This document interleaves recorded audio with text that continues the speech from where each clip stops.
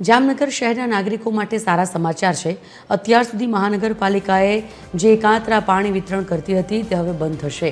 Mayor Vinod ખીમસુરિયાએ જાહેરાત કરી છે કે દશેરાના તહેવારથી શહેરમાં દરરોજ પાણી આપવામાં આવશે। શહેરમાં આવેલા 13 ઝોનમાં હવે પાણીનું દૈનિક વિતરણ કરવામાં આવશે અને દરેક શહેરીજનને દરરોજ 25 મિનિટ સુધી પાણી મળી રહેશે। આ નિર્ણયથી જામનગરવાસીઓમાં આનંદની લાગણી છવાઈ છે।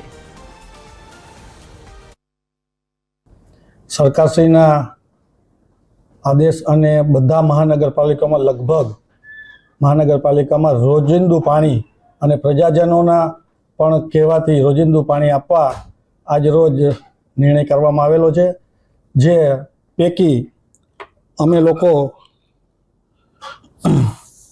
રોજ પાણીનું હવે વિતરણ કરશું। એમાં 13 ઝોન છે, એમાં કાલથી દશેરાના દિવસે આપણે એક ઝોનમાં ટ્રાયલ માટે અત્યારે ટ્રાય કરી રહ્યા છીએ।